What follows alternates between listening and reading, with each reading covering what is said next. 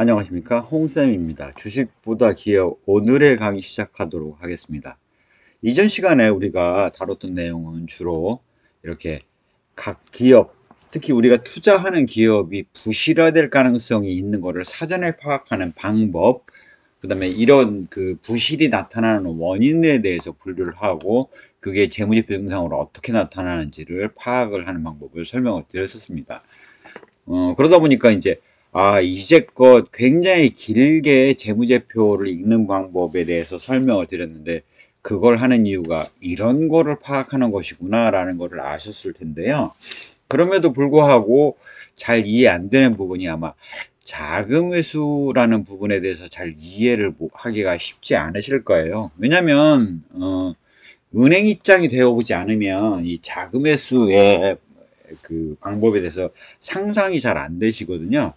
그래서 오늘은 전문가 과정에 맞게 그 이전 과정에서 뒤에 있었던 은행의 자금 회수에 대한 내용들을 좀 상세하게 설명을 드리도록 하겠습니다.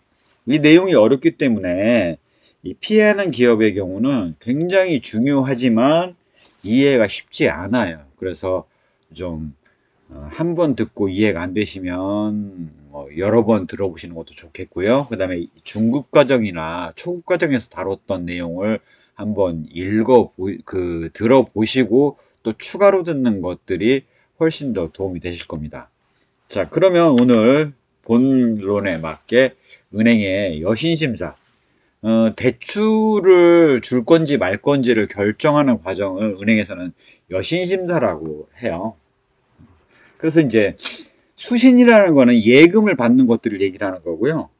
여신이라는 거는 대출을 나가는 것들을 얘기를 합니다. 그래서 뭐 일반 그 예금을 하는 고객들을 대할 때는 고객님 하고 하지만 실상 돈이 되느냐 마느냐를 결정하는 거는 대출의 이자를 받느냐 못 받느냐거든요. 그래서 여신심사는 오히려 수신보다 훨씬 더 중요한 기능을 담당을 하고 있습니다. 즉 이제껏 은행들이 망해서 다른 은행에 합병된 사례들이 많이 있지 않습니까?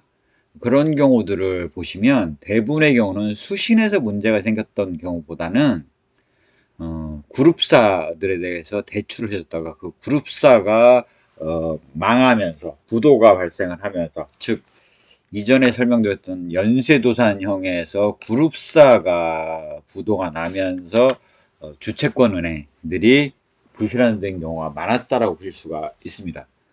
그래서 재밌는 사실은 기존에 이런 그 신한은행이나 국민은행 같은 경우가 상대적으로 후발은행이었었어요. 국민은행 같은 경우는 옛날에는 기업에 대한 대출이 불가능했다가 나중에 바뀌었죠. 그렇게 업무가 풀렸는데, 즉 국민은행이 강자가 될 수 있었던 이유는 기업에 대한 대출이 불가능했기 때문에 살아남았다는 그 이야기가 있죠. 주택은행도 마찬가지입니다. 반면 이제 신한은행 같은 경우는 기존의 은행들과 달리 좀 후발은행이다 보니까 상대적으로 대규모 기업 집단에 대해서 대출이 상대적으로 많지 않았고요. 그러다 보니까 또 후발은행이다 보니까 엄격하게 관리를 하지 않으면 버틸 수가 없었기 때문에 엄격한 관리를 해오다 보니, 즉 정말 규모가 큰 기업에 대출을 할 수가 없다 보니 살아남은 은행이라고 보시면 될 것 같습니다. 그런 그 점이 있어요. 그래서 전통적으로 강자였던 뭐 조흥은행이라든가 뭐 제일은행이라든가 이런 은행들이 다 사라진 데는 바로 여신심사에 따라서 엄청나게 많은 돈을 빌려갔던 그룹사들이 부도가 발생을 하면서 그런 현상이 나타났다고 이해를 하시면 될 것 같아요. 과거에 있었던 뭐 상업은행, 뭐 그다음에 이제 우리은행이 이제 그 망가지기 이전의 경우는 그 위상이 대단했죠. 그러다가 지금 망가졌다가 이제 다시 회생을 했는데, 이제 그런 것들을 생각해 보면 대출이 얼마나 은행의 그 생사 여타를 결정하는지를 파악하실 수가 있습니다. 특히 또 과거에 그 관행 중심의 그 은행의 업무, 여신 업무 쪽이 바젤2가 도입되면서 대단히 그 선진화가 되었고, 그렇게 되면서 은행들의 신용평가, 여신심사 같은 것들이 대단히 중요한 과정으로 안착을 했습니다. 그러다 보니까 여신심사에 따라서 사전에 위험에 대응하는 방식들이 강화되었다라고 볼 수가 있겠습니다. 그래서 대부분의 지금 현재 시중은행들의 여신심사 프로세스는 그게 뭐 선후가 다를 뿐이지 기본적으로 이러한 의사결정 과정을 다 가지고 있고, 거기에 관련된 모델, 거기에 관련된 데이터베이스를 다 확보하고 있다라고 보시면 될 것 같아요. 자, 그러면 은행이 여신심사를 할 때 무엇을 결정하는지를 파악을 하면 돈을 빌려야 되는 기업 입장에서는 어떻게 대응할지를 파악할 수 있지 않겠습니까? 그래서 은행이 어떤 식으로 의사결정을 내리는지 한번 살펴보도록 하겠습니다. 특히 이제 은행에서는 각 지점들을 그 기업들이 상대를 하죠. 본점에 가서 직접 얘기하는 경우는 많지 않습니다. 그래서 이제 지점에 가서, 담당 지점에 가서 상의를 하게 되면 그 지점에서는 자료를 받아다가 전산에다 입력을 하고, 관련 자료들을 입력을 한 결과를 바탕으로 이런 신용평가를 하게 되고요. 신용평가 결과와 함께 입력된 자료에 따라서 기업 본점에서 이 기업에 대해서는 얼마까지 대처해 줄 수 있다는 한도를 추출하게 됩니다. 그러한 한도에 따라서 한도가 부족하면 담보를 가져올 것을 요구를 하죠. 그래서 담보 관리를 하게 되고요. 물론 이런 담보가 있게 되면 상대적으로 대출 이자가 싸지는 경향이 있습니다. 그 다음에 한도를 넘게 되면 그 이상의 한도는 안 해주는 경우가 많아요. 그래서 그거에 따라서 대출 금리가 결정이 되고요.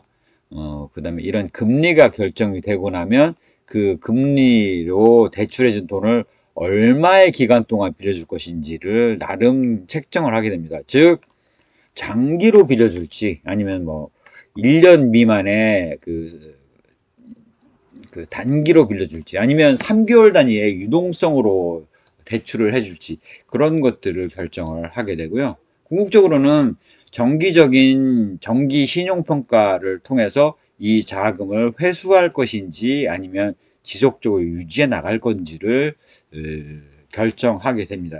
이런 모델들을 다 그 각 은행마다 가지고 있고요. 굉장히 엄격한 기준에 따라서 관리를 하고 있습니다. 그래서 보면 은행이 결정해야 될 것은 여신을 줄 건지 말 건지의 여신 가부를 결정을 하는데, 대개는 신용평점표, 그 다음에 재무진단과 같은 모형에 의해서 결정하는 경우가 많죠. 두 번째는 여신을 얼마까지 줄 수 있는지 한도를 관리를 하는데요. 예를 들어서 100억을 대출을 하고 싶다. 그런데 한도를 뽑아봤더니 50억 정도밖에 안 나온다. 그러면 은행 그 대북의 대출을 담당 여신 담당자가 그런 그 얘기를 하죠. 한도가 안 나오니 한 50억 정도는 담보물건을 좀 가져오세요 라고 얘기를 하는 거죠.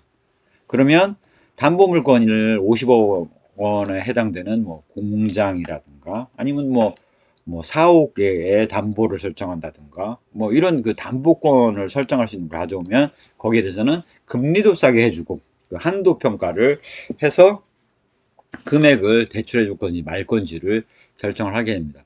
대개는 그 신용 한도를 결정할 때는 기업 가치 평가, 바로 현금 흐름 추정을 통해서 얼마까지 기업이 가치가 나가겠다라는 것들을 결정하고, 그거에 여유분을 두기 위해서 뭐 예를 들어서 기업 가치 평가액에 뭐 60%까지 한도를 준다든가 와 같은 방식으로 여신 금액의 한도를 결정하는 경우가 많아요.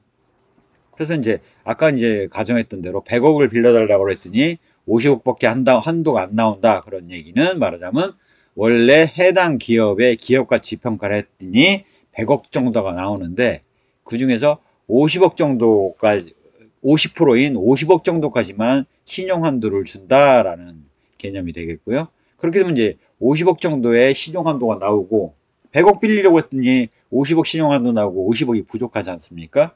그거에 대해서는 그러면 담보물건을 가져오세요. 그래서 이제 사옥이라든가 아니면 공장 부지와 공장 그 설비가 있지 않습니까? 아니면 이제 불도저라든가 포크레인과 같은 운송 장비 같은 것들에 대해서 담보권을 설정할 수도 있고요. 그런 것들을 하실 수가 있습니다. 그 다음에 이제 사옥에 대해서 저당권 이런 것들을 설정할 수도 있죠. 그래서 그러한 담보를 통해서 하게 되면 신용금리가 이렇게 여신금리 할 때는 높게 나타나고요. 담보 물건이 있으면 상대적으로 위험이 적기 때문에 담보가 있는 거에 대한 여신금리는 낮게 나타납니다. 그래서 금액 가중을 하게 되면 여신금리가 결정이 되겠죠. 그래서 이 기업에 얼마의 이자율로, 얼마의 대출 이자율로 대출을 줍니다라는 게 바로 여신금리 결정을 하는데요. 이런 것들은 기업의 신용도에 따라 결정하기도 하지만 은행이 자체 내적으로는 트리플 A 등급의 경우는 얼마의 비중을 차지하고 있고 AA는 얼마의 비중을 차지하고 있고 그래서 신용 등급별로 여기 바로 신용평가에 나온 신용 등급별로 론 프라이싱이라고 해서 대출 금리의 하한이 결정된다라고 보시면 될 것 같아요. 그래서 등급별로 대출 금리가 달라진다. 단 여기에서 이 등급은 이 신용금리를 결정을 하는 경우가 일반적이 되겠고요. 대출이 있다면 대출은 그 대출 물건에 따라서 그 물건의 성격에 따라서 대출 금리가 결정이 된다라고 보시면 되겠고요. 그래서 금액가 중에서 평균 대출 금리가 결정된다라고 보시면 될 것 같아요. 그래서 이제 지금 이러한 것들을 계산하기 위해서 필요한 자료들은 이렇게 데이터베이스로 은행에서 다 쌓고 있다라고 보실 수가 있고 이런 데이터베이스는 다 본점 안에 저장되어서 관리되는 경우가 일반적입니다. 그래서 은행의 시스템이 대단히 여러 가지 종류가 있어요.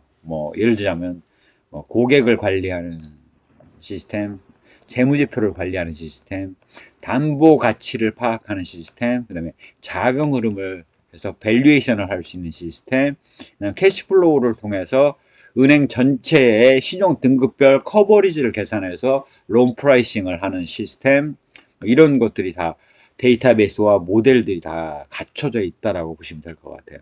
그런 것들은 이제 바젤2 이상만 갖고 있으면 기본적으로 다 되어 있다라고 보실 수가 있고요.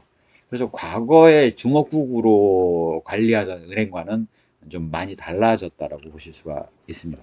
그 다음에는 이제 여신 기간인데요.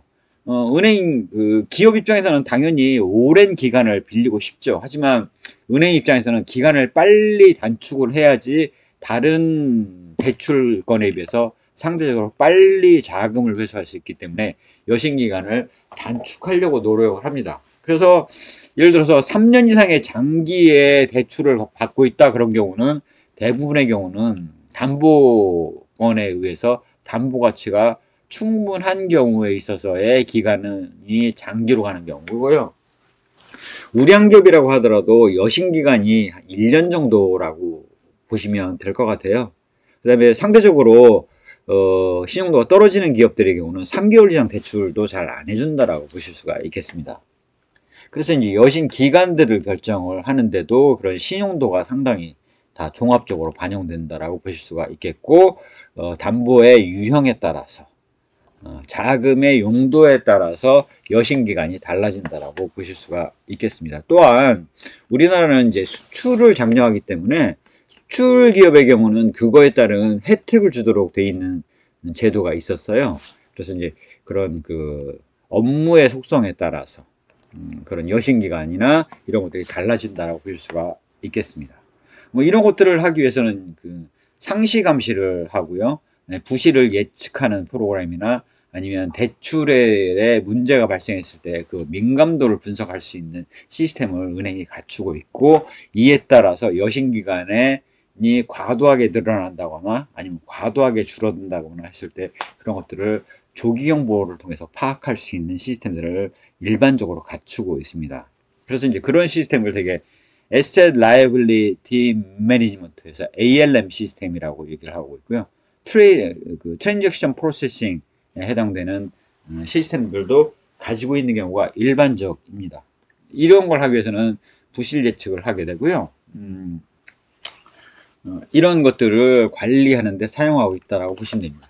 또한 정기평가를 통해서 기업에 대해서 대출 나간 거를 이거 그만하고 회수하자, 아니면 차환을 계속 해주자라는 결정들을 하게 되는데, 그게 바로 여신 회수의 관점입니다.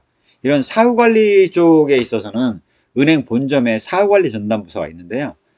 대개 이제 여신 심사를 하고 있는 여신부에서 결정해서 자금 회수합니다, 법정 처리해 주세요 라고 넘기면, 자금 회수부 쪽에서는, 사후관리부서 쪽에서는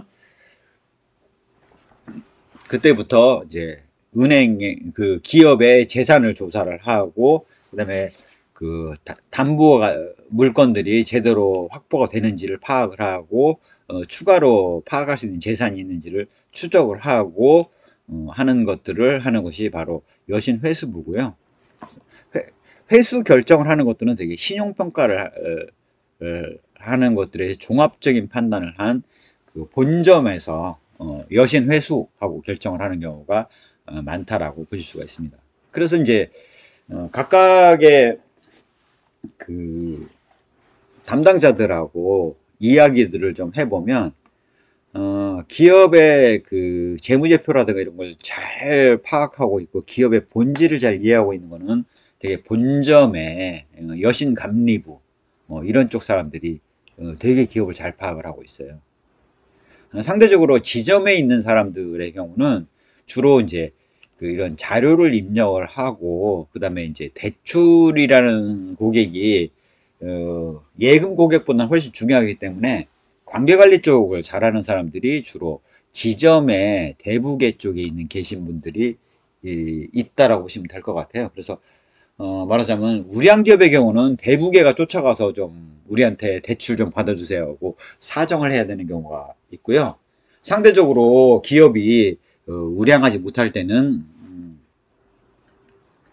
대부계 쪽 사람한테 쫓아가서 우리 제발 대출 좀 해주세요, 좀 잘 봐주세요 하고 사정해야 되는 경우가 있습니다. 그래서 이제 은행 지점에서 보면 정말 우량한 기업의 경우는 기업의 자금팀에 이제 뭐 과장 이런 사람들이 바로 은행 지점장실로 들어갑니다. 그래서 커피 한 잔을 딱 얻어 먹으면서 뭐 내일 뭐 언제까지 얼마 넣어주세요. 그러면 은행 지점장이 예 알겠습니다 하고 하는 경우는 정말 우량한 기업의 경우고요. 아니면 은행 지점장이 잘 상대를 안 해줘요. 자기도 곤란하기 때문에. 그러면 대부계한테 쫓아가서 우리 좀 제발 대출 좀 해주세요 라고 하는 상황이면 그 기업은 상대적으로 신용도가 낮은 회사라고 보실 수가 있습니다. 자, 그래서 이제 이런 사후관리 과정을 거치는데, 이 사후관리의 과정이 얼마나 철저하게 이루어지는지를 파악하기 위해서 제가 하나의 사례를 설명을 드려보겠습니다. 가상의 사례이고요. 그 가상의 사례이지만 이런 경우가 흔히 나타납니다. 자, 은행의 자금 회수 과정을 보면 되게 이제 자금 회수가 들어가면 그 기업은 부도가 날 확률이 높다라고 보시면 될 것 같아요. 첫 번째는 딱 자금 회수 결정하기 이전에 실적이나 이런 것들이 기업이 악화가 되겠죠. 그러면 기업 입장에서는 갚을 돈이 없지 않습니까? 그러면 우리 자금이 필요하니 차입금 연장 좀 해주세요. 일단 이자는 내고 있을게요 라고 하는 상황이고, 기업 신용등급이 은행 입장에서는 보니까 실적이 악화됐으니까 기업 신용등급이 하락을 할 거 아닙니까? 그러면 이제 만기도래 상환 요청을 하죠. 이번 3개월 후에 만기되는 거 갚으세요 하고 연락을 합니다.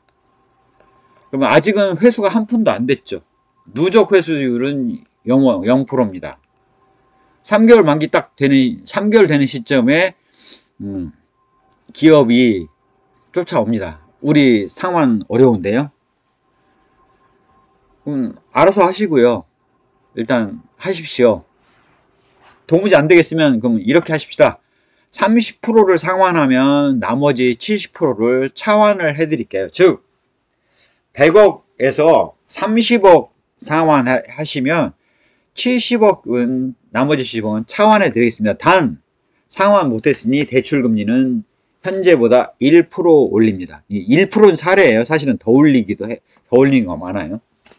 1% 올리겠습니다. 라고 얘기를 해요. 그러면 기업 입장에서 어떻게 하겠습니까? 그러면 100억을 다 갚을 방법은 도무지 없고, 일단 회사가 연명을 하려면 30%는 상환해야겠다. 은행에서 주채권은행이 안 빌려준다. 그러면 주채권은행이 안 빌려주는데 다른 은행이 빌려줄 리가 있겠습니까? 안 빌려주죠. 그렇게 되면 어쩔 수 없이 제2금융권, 제2금융권 하면 이제 보험, 증권 이런 데를 얘기를 하죠. 제2금융권 가서 특히 이제 보험사가 이제 금리가 확 올라가는데 일단 30% 상환을 받기 위해서 상환하기 위해서 상환자금을 마련합니다. 대출금리가 올라가죠. 그러면 은행 대출금리도 올라가지만 은행 대출이자율도 올라가지만 제2금융권을 썼기 때문에 금리가 확 뛰는 효과가 발생을 합니다. 그러면 은행 입장에서는 30%는 상환을 받았으니까 30%의 회수가 이루어졌죠. 그 다음에 대출이자가 1% 올랐으니까 그 대출이자는 별도로 지금 올랐다라고 보시면 될 것 같아요. 그래서 누적 30%의 회수가 이루어졌다라고 보실 수가 있습니다. 그 다음 이제 그 다음 해가 되면 기업 실적이 악화돼서 제2금융권까지 써야 되는 기업이 실적이 개선됐을 확률은 상당히 낮죠. 개선되면 당연히 은행에서 차환 계속 해주면서 상태를 보면 되는 거고요. 아닐 때는 또 회수를 결정을 하죠. 그러면 다시 얘기합니다. 기업에다가. 좋아. 당신네 저번에 30% 상환해서 70% 상환해 줬으니 이번에도 마찬가지야. 30% 상환하면 70% 차환할게. 그러면 72% 남은 거에 30%를 상환하라는 얘기는 21%를 추가 상환하라는 얘기예요. 즉 100억에서 70억 남았지 않습니까? 70억의 30%인 21억을 상환하면 나머지 액수 70억에서 21억을 뺀 49억을 차환해 주겠다는 얘기죠. 결국 만기에 갚지 못했기 때문에 대출금리를 2% 인상을 하죠. 그래서 기업 입장에서는 30%를 상환하기 위해서 발악을 합니다. 아니면 70억을 다 갚아야 되는데 못 갚으니까 그런 거죠. 결국 제2금융권까지 안 되니까 이제는 리스라든가 뭐 이런 부회부채를 쓰기도 하고요. 아니면 저축은행이라든가 농수축협, 새마을금고 같은 데를 쫓아가서 소액이라도 빌리려고 노력을 합니다. 그 다음에 만약에 가용한 사옥이라든가 불필요한 좀 줄일 수 있는 동산이 있다면 그런 것들을 자산 매각을 해요. 이미 투자효과증권이나 자기가 살아야 되는 상황이기 때문에 자회사의 주식 같은 경우를 판매하는 경우가 많아요. 매각하는 경우가 많아요. 그래서 겨우 21억을 마련을 하면 이제 49억 차환하고 대출금리는 만기에 못 갚았기 때문에 올라가죠. 그러면 이번에 회수하는 금액은 100억 중에 21%인 21억이 되겠습니다. 그러면 누적해서 51억을 회수를 했고 금리가 올라갔기 때문에 이자 추가적으로 회수한 거는 별도라고 보실 수가 있겠죠. 월마다 받기 때문에 그 12달분 하면 꽤 제법 됩니다. 이렇게 되죠. 그 다음에 이제 그 다음에쯤 되면은 이제는 정말 49억 남은 데서 하기가 어려워요.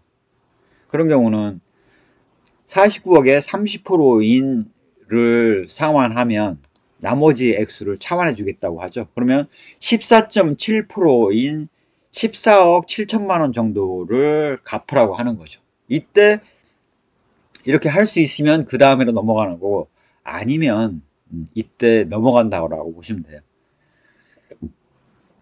그래서 은행이 자금 회수 결정했을 때 2년이나 3년 넘어가는 기업은 많지 않다라고 보시면 되겠습니다. 이런 경우는 이제 이걸 하기 위해서 하다가 안 되면 더 이상 안 되면 이제 회생 절차 신청에 들어가거나 아니면 채무 재조정과 출자 전환을 의뢰를 부탁을 하죠. 도무지 안 되니 이 회사 가져가십시오. 라고 하는 거죠.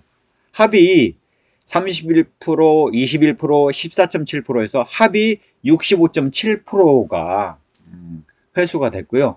추가로 받은 이자 3%로 대출금리에다가 플러스 3%로 인상을 하는 거죠. 그래서 이자 별도. 그래서 상환 못할 때마다 1%씩 이렇게 얻는 구조인데, 이건 1%씩 얹을 수도 있고 아예 최초부터 뭐 한 3%를 더 얹을 수도 있고, 왜냐하면 갑이니까요.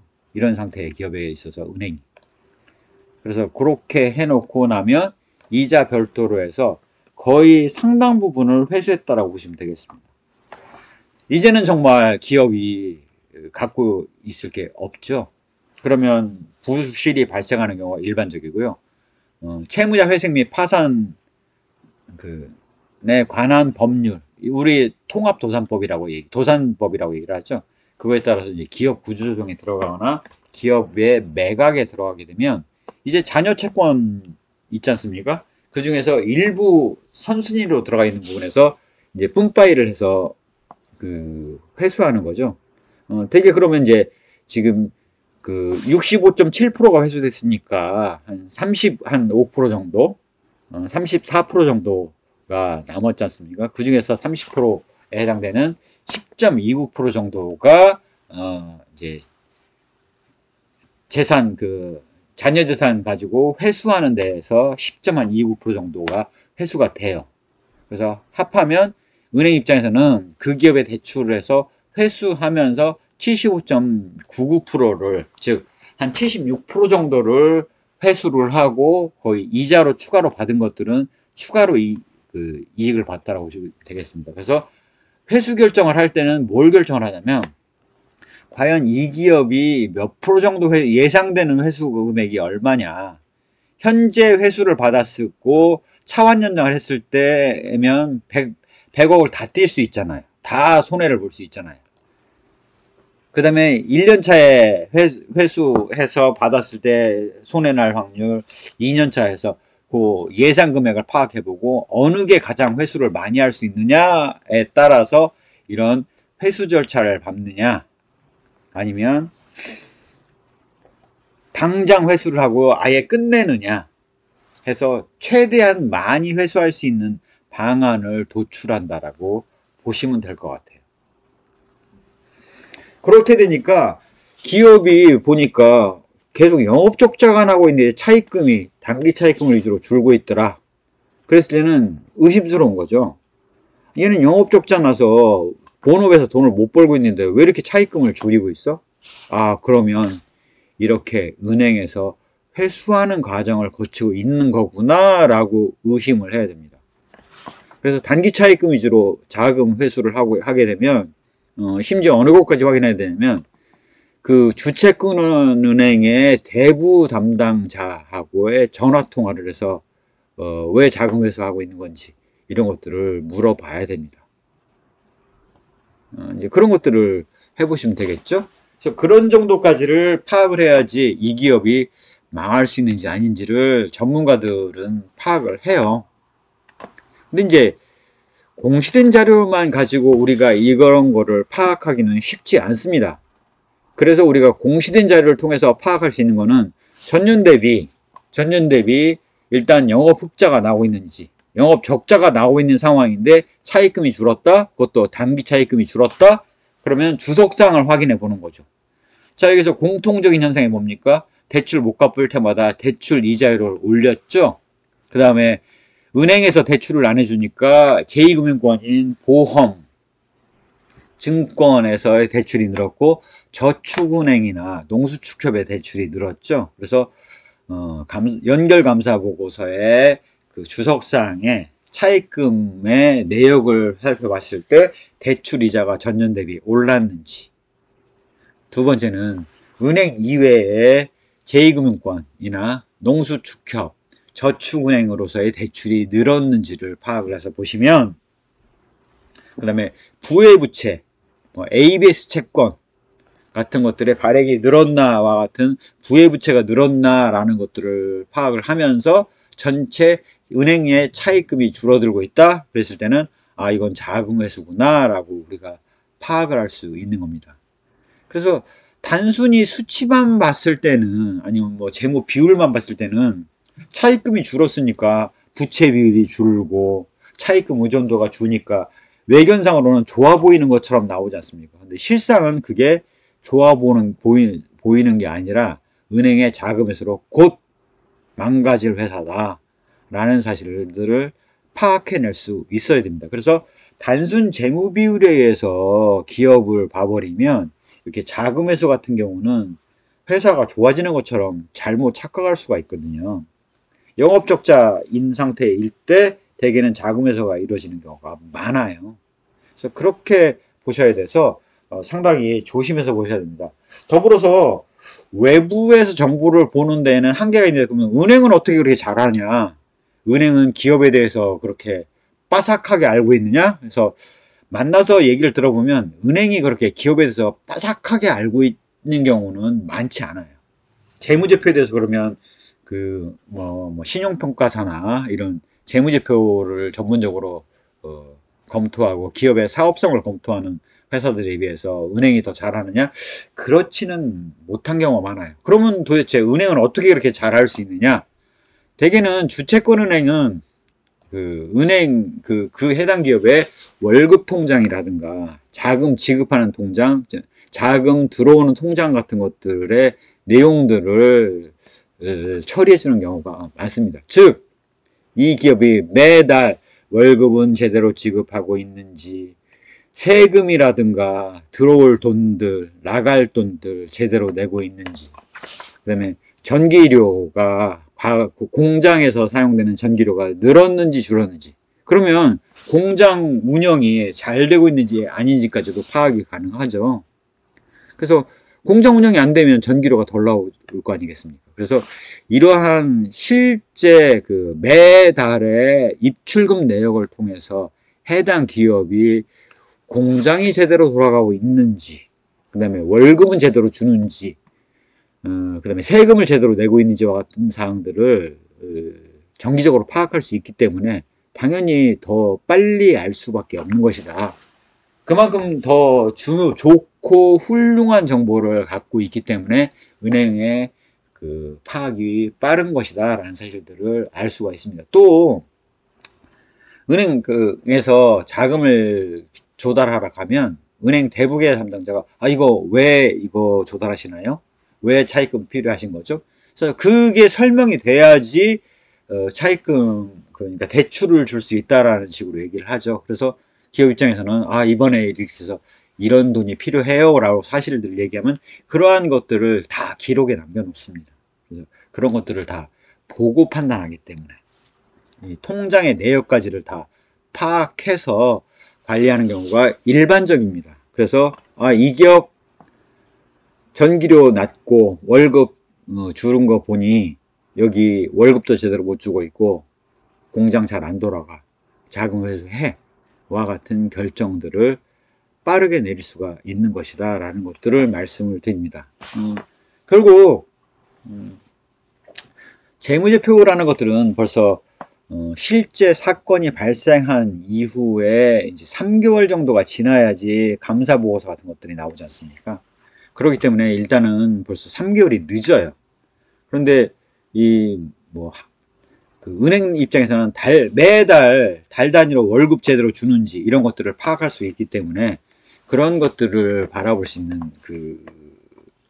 은행은 그만큼 정보를 빠르게 확실하게 알 수 있는 상황이라서 은행이 잘할 수 있다라는 것들을 좀 말씀을 드리겠습니다. 이렇게 공시된 정보만 가지고 기업을 파악하는 데는 한계가 있어요. 하지만 금융기관의 은행 담당자가 아니고서야 어떻게 월급 통장 내역을 살펴볼 수가 있겠습니까? 재세금과 납부된 내역을 어떻게 볼 수가 있겠습니까? 결국 우리 입장에서는 감사보고서라든가 뉴스 기사 나온 것들, 그다음에 산업의 흐름에 있어서의 이상 여부 같은 것들을 전반적인 전체 산업 구조라든가 흘러가는 큰 그림을 보고 판단할 수밖에 없지, 이렇게 세부적인 내용까지 파악할 수 있는 방법은 없기 때문에 기업의 향후 전망에 대해서 큰 그림을 파악하는 것이 그만큼 중요하다라는 것들을 좀 자세히 설명을 드리겠습니다. 기업의 공시된 정보만 가지고 하는 상태를 파악하는 데는 한계가 있어요. 그 다음에 그 감사보고서가 나오는 시간의 시차, 즉 12월 결산법인의 감사보고서가 3월 말쯤에 나오기 때문에 3월경에 나오기 때문에 벌써 이미 그때 발생한 시간으로부터 3개월 후에 자료를 우리가 볼 수 있는 게 한계고, 우리가 상장사라고 하더라도 기껏 해봐야 재무자료를 볼 수 있는 게 분기마다지 않습니까? 그래서 시차를 두고 발생하기 때문에 그러한 흐름 속에서 주석사항 같은 것들을 보는 방법을 잘 파악을 해야지만이 기업의 그 생존 가능성을 잘 파악할 수 있다라는 것들을 좀 말씀을 드리겠습니다. 쉽지는 않죠. 하지만 여러분들이 그러한 사례들의 그 파악하는 요령 같은 것들을 좀 아시면, 그 다음에 이런 것들에 대해서 제가 계속 강조해서 말씀드리니까 감사보고서, 연결감사보고서의 주석사항에 이런 부분들을 보면 그런 사항들을 유추해서 알 수 있다 라는 것들을 말씀을 드렸지 않습니까? 그래서 이미 여러분이 배우신 제가 설명을 해드린 재무제익도 있는 법에 따라서 금액을 기준으로 읽어보고 그 흐름에서 이해 안 되는 부분을 주석상을 찾아서 이러한 그 알려드린 그 팁들을 활용을 해서 그 이상 여부를 파악하는 것들이 여러분의 그 장기 투자에 도움이 된다. 더불어서 특히 이제 코스닥 주식 투자하신 분들 중에서 영업적전하고 있는 기업에 대해서 소문을 듣고 투자했다가 지금 손실을 보고 있는 분들은 이런 이 기업이 살아남을 수 있는지에 대해서 상당히 고민을 해보셔야지 그런 것들을 파악하실 수 있다 라는 것들을 좀 강조해서 설명을 드리겠습니다. 예, 제 강의가 도움이 되셨다면 구독, 좋아요, 알림 설정 부탁드리겠습니다. 특히 제 강의를 들으셔서 도움이 되셨다면 좋아요 좀 꼭 부탁드려요. 왜냐면 제가 그런 좋아요 눌러주신 것들을 가지고 이런 부분들에 대해서 좋아하시는구나, 이런 부분들을 더 알고 싶어 하시는구나 라는 것들을 파악하게 되기 때문에 좋아요가 여러분의 입맛에 맞는 정보를 제공하는데 도움이 된다는 말씀을 강조해서 설명을 드리겠습니다. 예, 수고 많으셨습니다. 감사합니다.